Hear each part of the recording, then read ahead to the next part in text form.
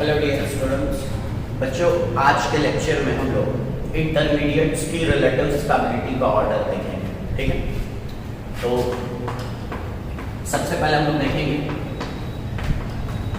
Stability of carbocation.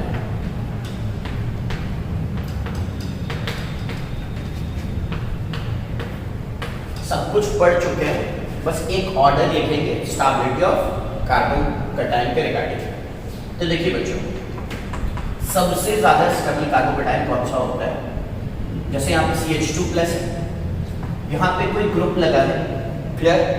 अगर इस group के पास लोन पेयर हो या निगेटिव चार्ज हो तो क्या होएगा सर बताइए? क्या ये लोन पेयर या निगेटिव चार्ज के थ्रू यहाँ पे बैक बॉन्डिंग करेगा? क्लियर? बैक बॉन्डिंग करने के बाद क्या होगा? ऑब्वियसली अगर G पे लोन पेयर रहा होगा तो बैक बॉन्डिंग के बाद उस पे प्लस चार्ज आ जाएगा, लेकिन अगर G पे निगेटिव चार्ज रहा होगा तो बैक बॉन्डिंग के बाद वो न्यूट्रल हो जाएगा। क्लियर? आप समझते हैं? ओके, तो यहाँ प्लस भी हो सकता है, न्यूट्रल भी हो सकता है, डिपेंडिंग अपॉन कि G का नेचर कैसा था। यहाँ डबल बॉन्ड आ जाएगा और यहाँ क्या हो जाएगा? कुछ ऐसा हो जाएगा। क्या बच्चों बात क्लियर है? ऐसे कार्बोकेटायन सबसे ज्यादा स्टेबल होते हैं। कौन से कार्बोकेटायन? जिनको बैक बॉन्डिंग का सपोर्ट मिल रहा हो, बैक बॉन्डिंग वाले कार्बोकेटायन। ठीक, इनऑर्गेनिक केमिस्ट्री में हम लोग इसे बैक बॉन्डिंग बोलेंगे, ऑर्गेनिक केमिस्ट्री में हम लोग इसे प्लसन इफेक्ट बोलेंगे। ये क्या है? ये प्लसन इफेक्ट ही है ना? क्या बच्चों बात क्लियर है? तो अपन तो दोनों ही बोल सकते हैं, बैक बॉन्डिंग भी बोल सकते हैं, प्लसन भी बोल सकते हैं। ठीक, तो सबसे ज्यादा स्टेबल कार्बोकेटायन कौन से होते हैं? बैक बॉन्डिंग वाले या प्लसन वाले। बच्चों जरा देखिए, अब ये तो समझ गए होंगे कि कब यहाँ प्लस आएगा और कब न्यूट्रल होगा। अगर लोन पेयर रहा हो तो बैक बॉन्डिंग के बाद यहाँ प्लस आएगा, और अगर नेगेटिव चार्ज रहा हो तो बैक बॉन्डिंग के बाद ये न्यूट्रल हो जाएगा। पेयर ऑफ इलेक्ट्रॉन देने हैं ना? ठीक, ओके, पेयर ऑफ इलेक्ट्रॉन देने हैं। अगर लोन पेयर थे तो क्या G के दोनों इलेक्ट्रॉन खुद के थे? कायदे से जब ये बॉन्ड बना, क्लियर, तो कन्वेंशनल केमिकल बॉन्ड में क्या होता है? एक बॉन्ड में एक एटम की एक इलेक्ट्रॉन, दूसरे के दूसरे इलेक्ट्रॉन, क्लियर। बट यहाँ क्या है? दोनों इलेक्ट्रॉन G के आए, तो क्या G ने एक एक्स्ट्रा इलेक्ट्रॉन ऑफर किया है? तो यहाँ क्या आ जाएगा? प्लस चार्ज आ जाएगा। क्या बच्चों बात क्लियर है? अगर G पे माइनस चार्ज रहा होगा, फिर इसने दो इलेक्ट्रॉन दिए, क्लियर, तो क्या होगा? वहां भी प्लस चार्ज आएगा, प्लस माइनस क्या हो जाएंगे? कैंसिल हो जाएंगे, तो उस केस में ये न्यूट्रल हो जाएगा। व्हाटएवर जो भी हो। बच्चों देखिए, हम कह सकते हैं कि ये दोनों क्या एक दूसरे के रेजोनेटिंग स्ट्रक्चर है। कह सकते हैं कि ये दोनों एक दूसरे के रेजोनेटिंग स्ट्रक्चर है, बिल्कुल कह सकते हैं। ओके, अब जरा आप खुद बताइए कि कौन सा रेजोनेटिंग स्ट्रक्चर ज्यादा स्टेबल होएगा? यही वाला होएगा। क्यों? Complete octet, complete octet system. सही है क्या? अब आप बोलेंगे कि सर यहाँ कार्बन का पॉजिटिव था, अभी G पे पॉजिटिव है। अबे नालायक, G पे पॉजिटिव बैक बॉन्ड के कारण आया है, लोन पेयर देने के कारण आया है, उसका ऑक्टेट पूरा है। क्या बात क्लियर है? बट यार कार्बन का ऑक्टेट पूरा नहीं था। Carbocation is a 6 electron system. Okay, तो ये दो रेजोनेटिंग स्ट्रक्चर है और ये कंप्लीट ऑक्टेट रेजोनेंस वाला रेजोनेटिंग स्ट्रक्चर है। अब लोग पढ़ चुके हैं stability order of different resonating structures. क्या यही ज्यादा स्टेबल होगा? इनफैक्ट ये बहुत ज्यादा स्टेबल होगा एज कंपेयर्ड टू दिस। क्या बच्चों बात क्लियर है? तो जब हम लोग हाइब्रिड बनाएंगे तो हाइब्रिड में क्या होगा बताइए? कार्बन पे जो यहाँ पॉजिटिव चार्ज दिख रहा है, ये लगभग क्या हो चुका होगा? नेग्लिजिबल हो चुका होगा, क्योंकि मेजर कंट्रीब्यूटर इन हाइब्रिड ये होगा। क्या बच्चों बात क्लियर है? पक्की बात है। मतलब मैं आपको बताऊं कि अगर इसका कंट्रीब्यूशन मतलब will not be lesser than 85 to 90%, इसका बस 10-15% कंट्रीब्यूशन ही होएगा। तो हाइब्रिड में कार्बन के ऊपर आने वाला पॉजिटिव चार्ज का मैग्नीट्यूड बहुत ज्यादा फॉल कर जाएगा। क्लियर? तो ऐसे कार्बोकेटायन्स बहुत ज्यादा स्टेबल हो गए। फिर से एक बार बता दूं आपको कि बैक बॉन्डिंग या प्लसन वाले कार्बोकेटायन सबसे ज्यादा स्टेबल होते हैं। ठीक, इसके बाद कौन से कार्बोकेटायन आएंगे जरा देखिए। आई होप कुछ धुंधली यादें होंगी। क्या ये सिग्मा रेजोनेंस वाला कार्बोकेटायन है, डांसिंग रेजोनेंस वाला। और देखिए इसमें तीनों साइड से क्या है? सिग्मा रेजोनेंस है। क्लियर? तो प्लसन के बाद डांसिंग रेजोनेंस वाला कार्बोकेटायन, उसमें भी तीनों साइड से डांसिंग रेजोनेंस है। क्लियर है बच्चों? इसके बाद कौन सा आएगा? इसके बाद आता है जिसमें दो साइड से सिग्मा रेजोनेंस या डांसिंग रेजोनेंस हो। ये आता है। क्लियर है बच्चों? ओके, अगर इसके बाद हम लोग बात करें अगला कौन सा होएगा, तो अगला होएगा एरोमेटिक कार्बोकेटायन, लाइक ट्रोपाइलियम। क्या बच्चों बात क्लियर है? अब जरा देखिएगा, ये भी एरोमेटिक है, ये भी एरोमेटिक। क्लियर है? क्या क्या है बताइए? 3 पेयर ऑफ पाई का कॉन्जुगेशन या 1 पेयर ऑफ पाई का कॉन्जुगेशन, जिसके कारण ये ज्यादा स्टेबल है, ये कम स्टेबल है। आप सीक्वेंस को फॉलो कीजिए, प्लस एम वाला, प्लस एम के बाद क्या होगा बताइए? 3 सिग्मा रेजोनेंस वाला, फिर 2 सिग्मा रेजोनेंस वाला, फिर एरोमेटिक वाले। क्लियर? उसके बाद आएगा सिंगल सिग्मा रेजोनेंस वाला। ठीक है, सीपीएम कार्बोकेटायन, याद है ना? Cyclopropyl methyl carbocation. Clear?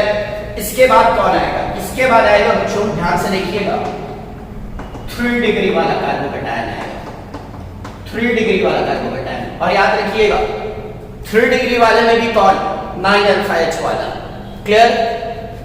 9 alpha H वाला कार्बोकेटायन हाईली स्टेबल होता है। ये मैंने आपको ये पढ़ाते वक्त बताया भी था, कई बार रेजोनेंस करते हुए कार्बोकेटायन से भी ज्यादा स्टेबल हो जाता है ये। क्लियर? क्या हर 3 डिग्री ले सकते हैं यहाँ पे? नहीं, सिर्फ 9 अल्फा एच वाला। अब खुद सोचो कि हर जगह से एनी हटा के ईटी लगा दिया जाए, एनी हटा के ईटी लगा दिया जाए तो क्या हो जाएगा? CH3 CH2 CH3 CH2 CH3 CH2। उस केस में 6 अल्फा एच हो जाएंगे और फिर इसकी स्टेबिलिटी फॉल कर जाएगी। क्लियर? वो भी 3 डिग्री, ये भी 3 डिग्री है, बट कौन सा 3 डिग्री? 9 अल्फा एच वाला 3 degree. Is it clear? Okay, इसके बाद आएगा बच्चों बेंजाइल कार्बोकेटायन। कौन आएगा जल्दी बताइए? इसके बाद आएगा बेंजाइल कार्बोकेटायन।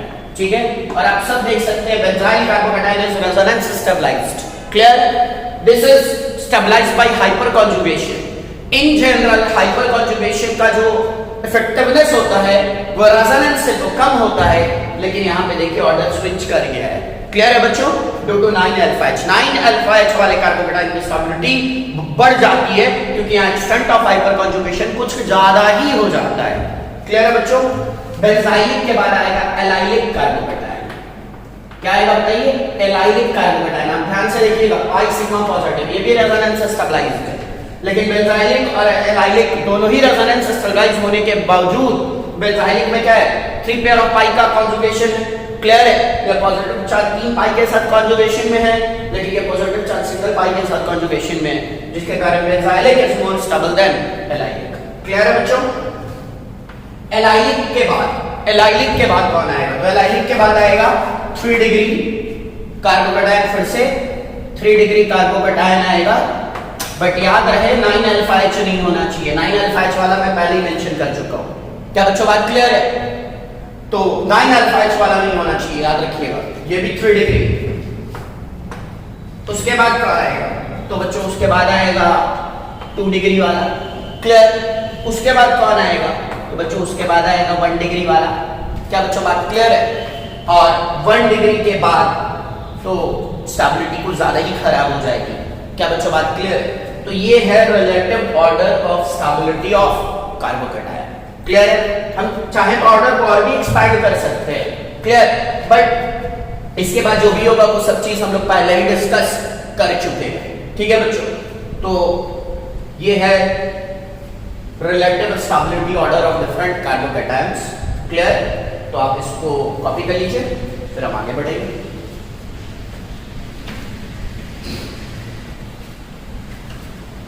अब बच्चों एक चीज देखिएगा, यहाँ पे चीज मैं आपको यहीं पे बता दूं कि हमने बहुत बार देखा है कि स्टेबिलिटी ऑफ फ्री रेडिकल जो है उसका जो ऑर्डर होता है वो कार्बोकेटायन के ऑर्डर के पैरेलल चलता है।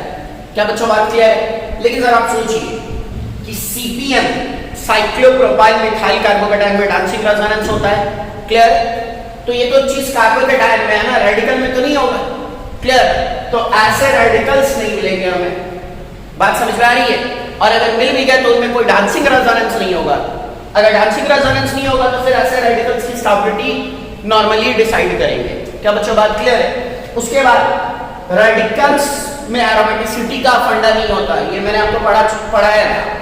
तो ऐसे रेडिकल्स में एरोमेटिसिटी का कोई फंडा नहीं होता। तो अगर इन चीजों को हम यहां से हटा दें तो फिर क्या होगा?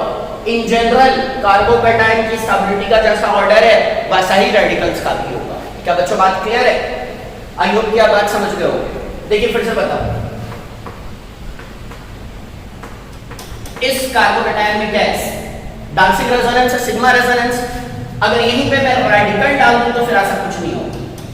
क्या बच्चों बात क्लियर है? तो फिर यहां पे अपन नॉर्मल जीओसी का कांसेप्ट लगा लेंगे, ठीक। तो इन जनरल अपने को याद रखना है कि कार्बोकैटायन और रेडिकल्स की स्टेबिलिटी का ऑर्डर पैरेलल चलता है, क्लियर, विद सम डिस्ट्रैक्शंस, ठीक है। तो यहां तक कॉपी करिए, बढ़ो आगे। चलिए बच्चों क्वेश्चन करते हैं।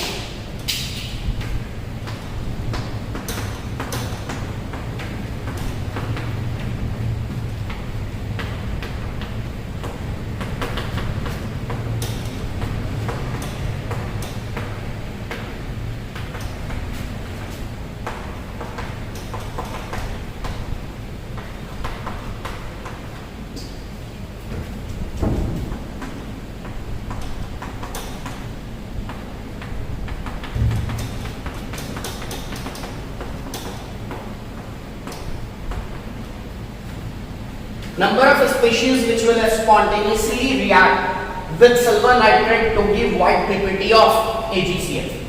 Options डालता हूं मैं यहाँ पे।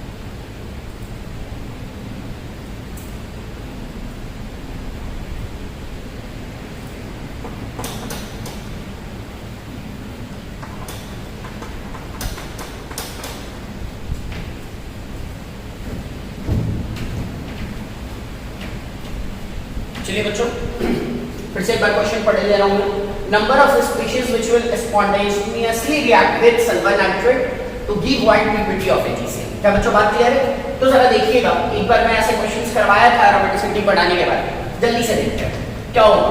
AgNO3 आएगा, क्लियर। अब Ag+ has very high affinity for Cl-, Ag+ has very high affinity for Cl-। ऐसा क्यों? क्योंकि अगर एक बार ये लोग मिल गए ना तो क्या बना लेंगे? AgCl का पीपीटी बना लेंगे। क्या बच्चों बात क्लियर है? और पीपीटीज बनने का रेट जो होता है ना वो बहुत अच्छा होता है। क्लियर है? और आपको तो पता है कि अगर कोई नॉर्मल सॉल्ट है तो वो पानी के अंदर आयनाइज हो जाते हैं, कैटायन आयनाइन का ब्रेकअप हो जाता है, वो एक दूसरे से अलग हो जाते हैं। लेकिन पीपीटीज बनने के बाद ये दोनों एक दूसरे का साथ या एक दूसरे का हाथ पानी में भी नहीं छोड़ेंगे। क्लियर है? पीपीटीज का पानी के अंदर ब्रेकअप नहीं होता। क्या बच्चों बात क्लियर है? इसीलिए पीपीटीज के बनने का रेट बहुत ही फास्ट होता है। ठीक है, तो Ag प्लस यहां से Cl माइनस निकालेगा। क्या बच्चों बात क्लियर है? इट मींस कि आपको हर क्वेश्चन में क्या करना है, Cl माइनस को निकालना है। क्लियर? अच्छा, Cl माइनस के निकालने के बाद क्या होगा, क्या कार्बोकेटायन बन जाएगा, यहां से Cl माइनस निकलेगा, Cl with pair of electron, तो कुल मिला के क्या होगा, हर जगह कार्बोकेटायन बनेगा। तो बस आपको क्या करना है, बनने वाले कार्बोकेटायन की स्टेबिलिटी चेक कर लेनी है। क्या बच्चों बात क्लियर है? पक्की बात है, बात समझ गए ना? तो चलिए हर जगह बनने वाले कार्बोकेटायन की स्टेबिलिटी चेक करते हैं। यहाँ पे क्या बनेगा, ये गया, कुछ ऐसा बनेगा जो बना हुआ एरोमेटिक है। क्लियर है? हाईली स्टेबल, तो 1 is correct। क्या बच्चों बात क्लियर है? यहाँ से क्या होगा, Cl will depart in the form of Cl minus। यहाँ पे Cl क्या है, लिविंग ग्रुप है ना, सबस्ट्रेट को, मॉलिक्यूल को छोड़ के जा रहा है, ऐसे ग्रुप्स को अपन लिविंग ग्रुप बोलते हैं। क्या बच्चों बात clear? Cl will depart in the form of Cl minus, जो बना हुआ एरोमेटिक, ये भी हाईली स्टेबल, ये भी हो जाएगा। अब जरा देखिए, यहां से निकला Cl माइनस जो बना वो बेंजाइलिक कार्बोकेटायन, ये भी रेजोनेंस स्टेबलाइज्ड हो जाएगा। क्या बच्चों बात क्लियर है? तो शुरू के तीनों में क्या है बताइए, सिल्वर नाइट्रेट के साथ रिएक्शन पे स्पॉन्टेनियसली AgCl का पीपीटी ऑब्टेन हो जाएगा। क्या बच्चों बात क्लियर है? अब जरा देखिए, अगर यहां से Cl माइनस निकला तो क्या होगा, जो होगा वो कुछ अच्छा नहीं होगा। आपको पता है बेंजीन के ऊपर किसी तरीके का कोई चार्ज स्टेबलाइज नहीं हो पाता। क्लियर है? यहाँ रेजोनेंस नहीं होगा। क्या बच्चों बात क्लियर है? रेजोनेंस नहीं होगा। दूसरा क्या बताइए, पॉजिटिव रेजोनेंस नहीं होगा, किसका, पॉजिटिव चार्ज का। रिंग के अंदर तो रेजोनेंस है ही 3 पेयर ऑफ पाई का, लेकिन क्या हमें स्टेबिलिटी कार्बोकेटायन की चेक करनी है, और अगर हमें कार्बोकेटायन की स्टेबिलिटी चेक करनी है तो ये कार्बोकेटायन रेजोनेंस स्टेबलाइज नहीं है, पढ़ा चुका हूं। दूसरा चीज कि देखिए sp2 कार्बन का पॉजिटिव चार्ज है। क्लियर? परसेंटेज कैरेक्टर बढ़ जाने के कारण पॉजिटिव चार्ज की स्टेबिलिटी और खराब हो जाएगी। क्या बच्चों बात क्लियर है? मैं आपको एक चीज और यहां दिखाना चाहता हूं, जरा ध्यान से देखिएगा। क्या हर जगह से हमें Cl माइनस को निकालना है? जितना जल्दी Cl माइनस निकलेगा क्या उतना जल्दी AgCl का पीपीटी बनेगा। अब आप एक चीज ध्यान दीजिएगा, क्या क्लोरीन के पास 3 लोन पेयर होंगे? बिल्कुल होंगे। देखिए lone pair sigma pi, lone pair sigma pi, क्या यहाँ रेजोनेंस भी हो रहा है? तो रेजोनेंस के कारण इस मॉलिक्यूल का जो हाइब्रिड बनेगा, क्योंकि रियल और रिप्रेजेंटेटिव तो हाइब्रिड ही होएगा ना, इसका जो हाइब्रिड बनेगा वो कैसा होगा, जरा ध्यान से देखिएगा। जल्दी से ड्रॉ करता हूं, बीच में गोला तो है ही सही, हाइब्रिड तो आप ड्रॉ कर ही लोगे ना। अब बताइए जरा कार्बन और क्लोरीन बॉन्ड कैसा है, इसमें PDCH है, पार्शियल डबल बॉन्ड कैरेक्टर। क्या बच्चों बात क्लियर है? पक्की बात। सिंगल बॉन्ड कैरेक्टर होगा तो क्या करेगा, तुरंत निकल के बाहर जाएगा। ठीक, लेकिन सिंगल बॉन्ड की जगह यहां क्या आ गया, partial double bond character, sigma bond के साथ पार्शियल पाई भी आ गया। क्या बॉन्ड ऑर्डर बढ़ गया है एज कंपेयर टू नॉर्मल? क्या बच्चों बात क्लियर है? बॉन्ड ऑर्डर बढ़ गया है तो इस ऐसे बॉन्ड को तोड़ने में एनर्जी का खर्चा भी ज्यादा आएगा। अब जरा आप सोचिए, ज्यादा खर्च करके अगर फिर भी आपने इस बॉन्ड को तोड़ लिया, क्लियर, और फिर आपको ऐसा गंदा रिजल्ट मिलेगा, तो फिर एनर्जी क्यों खर्च करेंगे आप? बात समझ आ रही है ना? एक तो क्या है कि बनने वाला कार्बोकेटायन हाईली अनस्टेबल है, दूसरी की यहां से Cl माइनस के निकलने के चांसेस कम है due to partial double bond character. क्या बच्चों बात क्लियर है? इसलिए ये नहीं हो पाएगा। क्लियर? चलिए अगला देखिए, अगला भी नहीं होगा। क्यों नहीं होगा? अगर कार्बोकेटायन बनाए तो एंटी एरोमेटिक हो जाएगा, देख लीजिए यहां प्लस आने से। क्या बच्चों बात क्लियर है? ये हो जाएगा 3 degree with 9 alpha H, Cl minus के निकलने से यहां प्लस आ जाएगा 3 degree carbocation with 9 alpha H। क्या बच्चों बात क्लियर है? चलिए जल्दी यहां से Cl माइनस निकला, प्लस चार्ज, क्या हुआ बताइए, एलाइलिक कार्बोकेटायन। ऐसे सब्सट्रेट को क्या बोलते हैं, एलाइल हैलाइड। क्या बच्चों बात क्लियर है? पक्की बात है, एलाइलिक कार्बोकेटायन, पक्की बात। ओके, तो ये भी हमारा आंसर हो जाएगा, पक्की बात। अब बताइए ऐसे सब्सट्रेट को क्या बोलते हैं, विनाइलिक हैलाइड। क्या बोलते हैं, विनाइलिक हैलाइड। क्लियर? अगर यहां से Cl माइनस गया, यहां प्लस आ जाएगा, इस प्लस चार्ज का कोई रेजोनेंस नहीं है। दूसरा ये sp2 कार्बन पे। क्या बच्चों बात क्लियर है? इसलिए ये नहीं हो पाएगा। जरा ध्यान से देखिएगा तो आपको पता पड़ेगा कि यहाँ पे भी कार्बन और क्लोरीन में PDCH है। क्यों है? देखिए पाई सिग्मा लोन पेयर। क्या बच्चों बात समझ में आई? Pi sigma lone pair, pi sigma lone pair तो क्या होगा? रेजोनेंस हो जाएगा, जिसके कारण क्या होगा बताइए? कार्बन क्लोरीन में पार्शियल डबल बॉन्ड कैरेक्टर है। इट सिंपली मींस यहां से Cl का निकलना कंपैरेटिवली मुश्किल है in the form of Cl minus. और अगर फिर भी हमने एनर्जी देके बॉन्ड तोड़ के निकाल भी दिया तो बनने वाला कार्बोकैटायन हाईली अनस्टेबल है। तो फिर अपन एक्स्ट्रा फाइट मारेंगे क्यों? क्लियर है? कुछ बहुत शानदार स्टेबिलिटी मिल रही होती तो फिर अपन सोचते भी। तो कुल मिला के 8 भी हमारा आंसर नहीं हो पाएगा। 9th मजे में हो जाएगा, Cl माइनस निकला, CpM कार्बोकैटायन बन गया। क्या बच्चों बात क्लियर है?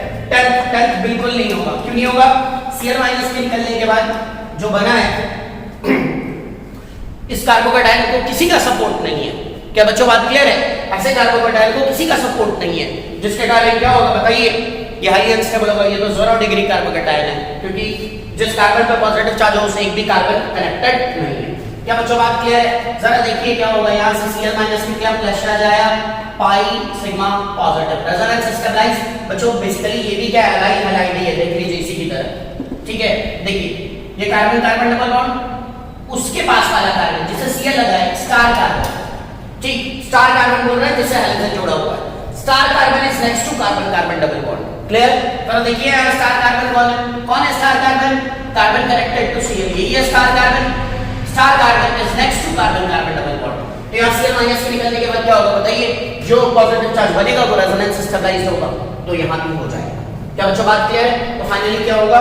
1 होगा, 2 होगा, 3 होगा, 4 नहीं होगा, 5 भी नहीं होगा, 6 होगा, 7 होगा, तो कितना होगा? 3 4 5 6 7। अच्छा एक और अगर देखिए, अगर यहाँ से Cl माइनस निकलेगा तो क्या होगा? sp कार्बन में पॉजिटिव चार्ज आ जाएगा, हाईली अनस्टेबल, ये भी नहीं होगा। क्या बच्चों बात क्लियर है? तो हो गया 3 4 5 6 7। तो इसके आंसर कितना आ गया? 7। क्या बच्चों बात क्लियर है? ऐसे क्वेश्चंस तो आप हैंडल कर ही लेंगे। यहीं पे क्वेश्चन क्या हो सकता था देखिएगा, number of species which will spontaneously react with Lewis acid, ये भी हो सकता है। क्लियर है? लेविस एसिड जैसे कि AlCl3 लेविस एसिड है। क्या बच्चों बात क्लियर है? FeCl3 लेविस एसिड है, SbCl5 लेविस एसिड है। तो ये सारे लेविस एसिड आएंगे और क्या करेंगे? उनको पेयर ऑफ इलेक्ट्रॉन चाहिए। क्लियर है? लेविस एसिड्स क्या करते हैं? They are electron pair acceptors, उनको पेयर ऑफ इलेक्ट्रॉन चाहिए, तो वो उनका पूरा ध्यान होगा Cl पे।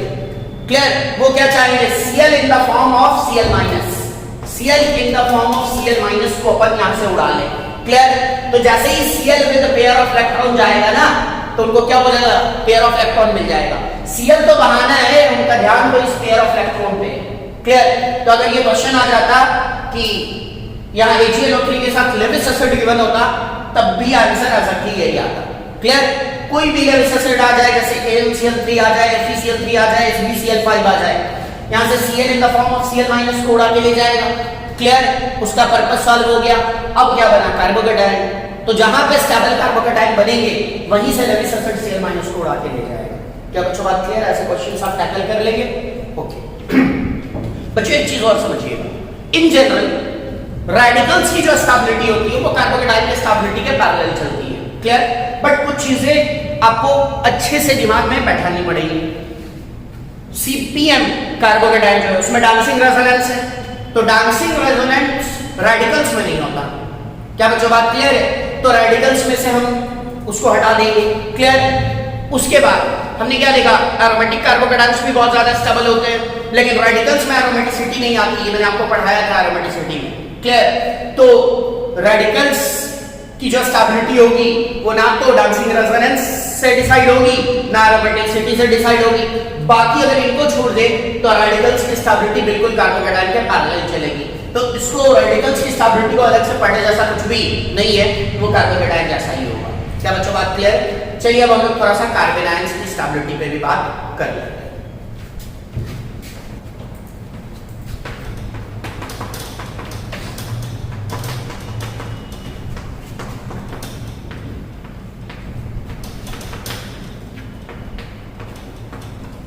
Stability of carbon ion. क्या बच्चों बात क्लियर है? तो चलिए जरा समझते हैं कार्बन आयंस की स्टेबिलिटी। पहले हम लोग यहां से शुरू करते हैं।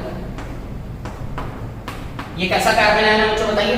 एक ऐसा कार्बन आयन है जिसका नेगेटिव चार्ज एरोमेटिसिटी को कंट्रीब्यूट कर रहा है। तो ऐसे कार्बन आयन्स बहुत ज्यादा स्टेबल होते हैं। क्या बच्चों बात क्लियर है? ऐसे कार्बन आयन्स बहुत ज्यादा स्टेबल होते हैं।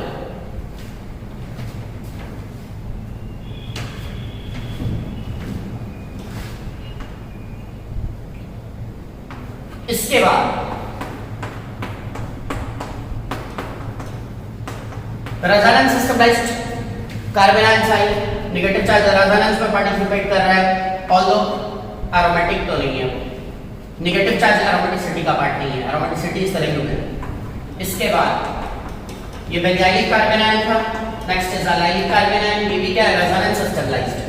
क्या बच्चों बात क्लियर है? ओके।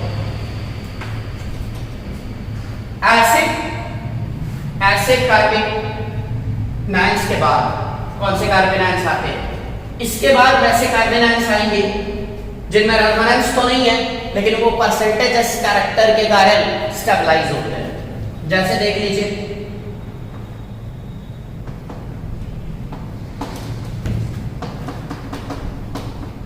ये आ जाएंगे यहां पे, क्या ये बताइए? sp हाइब्रिडाइज्ड है, sp हाइब्रिडाइज्ड है तो परसेंटेज कैरेक्टर क्या काफी ज्यादा है। क्या बच्चों बात क्लियर है? इसके बाद कैसे आएंगे देखिएगा जरा,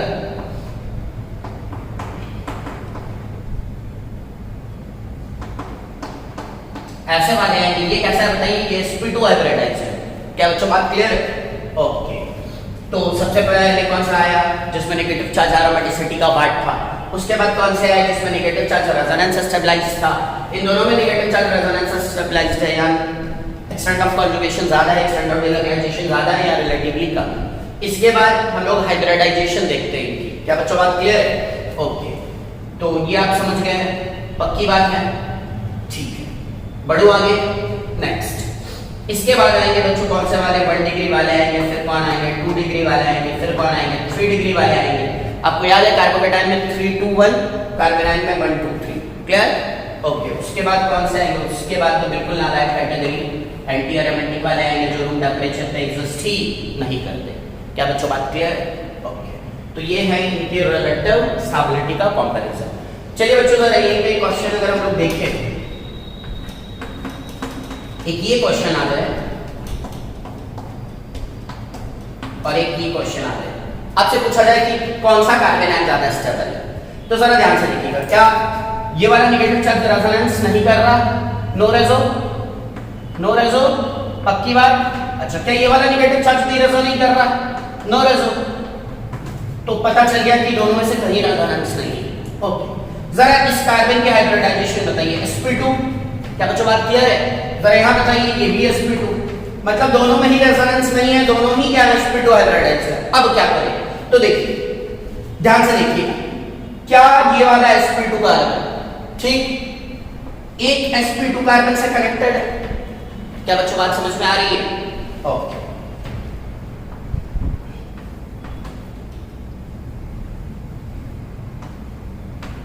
लेकिन जरा यहां देखिए, क्या ये वाला sp2 कार्बन बहुत सारे sp2 कार्बन से कनेक्टेड है, डायरेक्टली 2 से कनेक्टेड है, उसके बाद भी तो है, तो यहाँ ज्यादा माइनस आई लगेगा, यहाँ कम माइनस आई लगेगा। क्या बच्चों बात क्लियर है? यहाँ ज्यादा माइनस आई लगेगा, यहाँ कम माइनस आई लगेगा। पक्की बात, कंफर्म?